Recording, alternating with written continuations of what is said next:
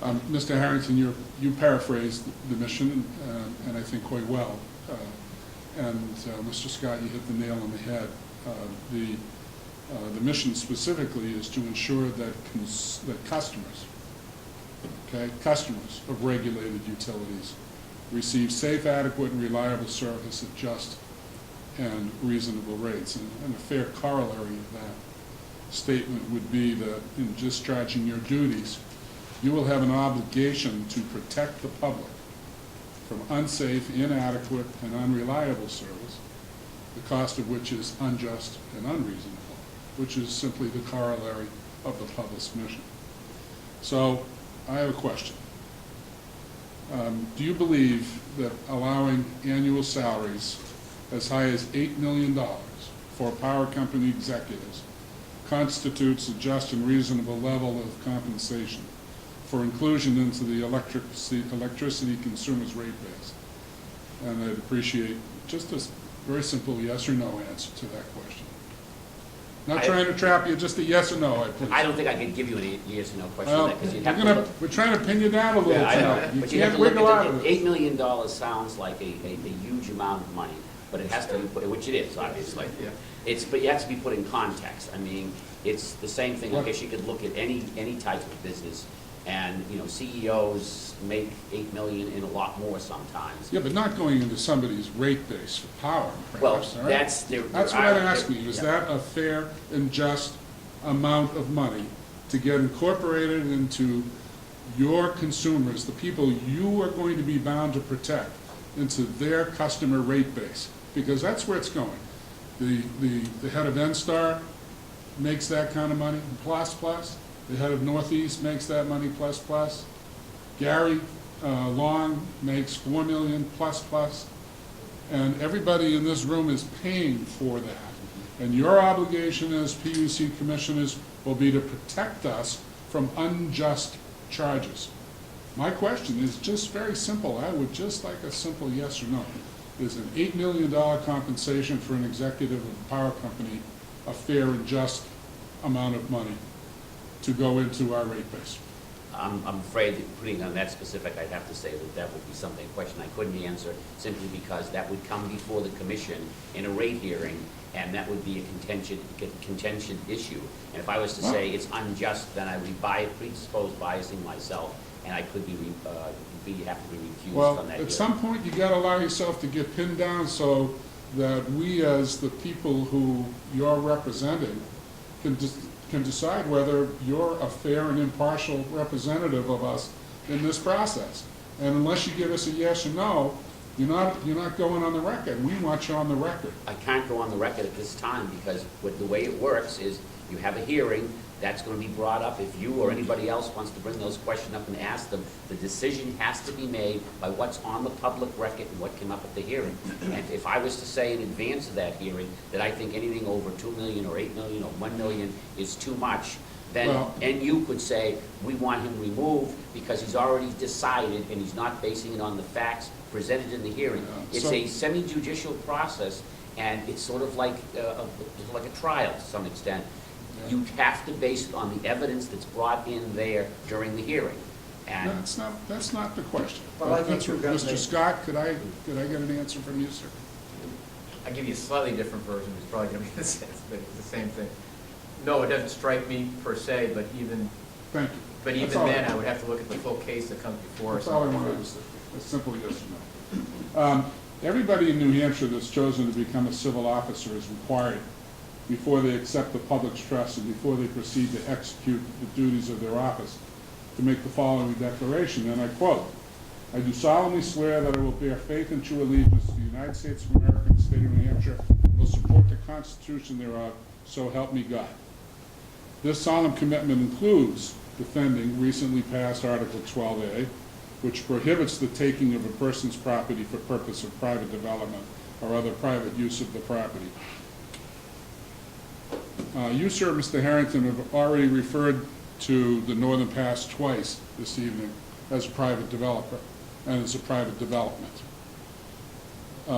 Clearly, the New Hampshire Constitution, Article 12A, soon to be bolstered by House Bill 648, makes it very clear, private development and private projects do not have eminent domain available to them.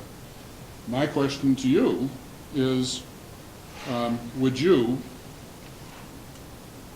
ever vote to provide the use of eminent domain to a private development firm, and I won't embarrass you by adding the words Northern Pass onto that? Again, I'm not at liberty to answer that question for the reasons. Yes, you are, sir. No, I'm not.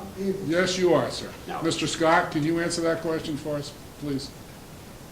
All I can say is, again, I serve as an officer in the military, and I'm an agent of the state government. I can swear to you I will do what the law of the land requires. And support the Constitution, is that a fair statement? I will always support the Constitution of the country and the state. Thank you, sir. I can make that statement as well, because I've taken that oath 3 different times already. Yeah, but I've asked you to extend it into the context of a private developer I coming will before you. uphold the Constitution of the state of New Hampshire at all times. But I'm not going to answer any specific One questions last. on One Northern To Pass. the next question. My very last, I think this is my last question. Are either of you in any way currently receiving any form of income, pension income, investment income, or any other types of compensation from any of the firms that are either involved in the Northern Pass project, Public Service, Northeast Utilities, NSTAR, any of the companies that would remotely have any sort of direct connection to the outcome of a process that might come before you? No, I don't, and as, again, I'm currently in a state of, in my current position, I'm an appointee in the government. If you go to the Secretary of State's website, you can see every year we have to do an annual disclosure. And the short answer is no. Thank you. Mine's a little more complicated. I don't have any investments in Northeast Utilities or Public Service. I did at one time. I used to work, at one time when I worked at Seabrook, they were owned by Public Service, then NU, and then subsequently to that, a deregulated firm, which is now called Next Era, which was formerly Florida Power and Light. When I became a commissioner, I had to sell all the stock that I had in Northeast Utilities, which I did. Eventually, because at the time I worked there, I will be eligible for a pension that would come from Northeast Utilities. It's what's called a defined benefit plan, so nothing I could do as a commissioner would make that go up or down. And that issue's come up with a couple of other people that have worked with the commission in the past, and we have a legal position on it written by our general counsel, and if you'd like to see that, I'd be more than happy to share it with you. Just one last thing. This bill that you both apparently testified at yesterday, oh, you didn't, but you did, Mr. Scott. There's another bill floating around in the legislature at the moment. I think it's a Senate bill that talks about removing certain members of the Site Evaluation Committee from the Site Evaluation Committee process. One of those members is, in fact, the Commissioner of the Fish and Game Department, Director of the Fish and Game, and the other is the Commissioner of Cultural and Historic Affairs. Will each of you comment on your position on those positions being removed from the SEC? Yeah, again, the Site Evaluation Committee is chaired by the Commissioner of the Department of Environmental Services. I work for him as the Director of Air Resources Division, so in that capacity, I've been working with legislators on, there's actually 5 bills that relate to the Site Evaluation Committee currently. Right. So the discussion we've had so far is that we are opposed to those functions coming out of the Site Evaluation Committee. The intent of the Site Evaluation Committee, in our view, is to be an integrated one-stop shop, if you will, to evaluate all these things in one place. And we don't feel it's productive to take fish and game or historical resources out of that mix. So I guess that's the short answer, I guess. The commission doesn't have any specific opinion on this, so I'm speaking just on my own. My personal experience with the Site Evaluation Committee is a lot of the issues that come up directly impact or need the knowledge of people from Fish and Game and historical records. Historical records is like its own little world that not many people know about, but it's a very significant portion of this. In fact, in the Groton Wind project, it was probably the factor that had the most delay on the project because they had to get all this stuff straight. So I wouldn't see the point of taking them off, because we're just gonna turn around and say, hey, help us out, because we don't know that's not our level of expertise, so. Thank you. I look forward to seeing you both testifying against that bill when it comes up. Appreciate it. Appreciate your time. Thank you. You're welcome. Okay, let's go right over here. Mr. Abbott?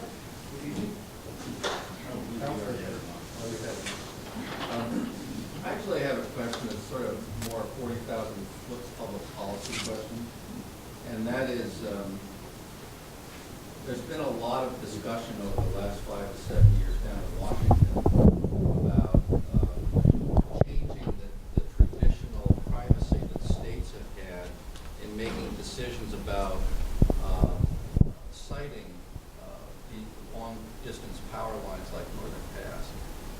And I'm curious, as a policy question, what each of you think about the potential, whether it's good or bad, for the federal government to start taking more of this decision-making away from the traditional decision-making that has been a prime decision at the state level.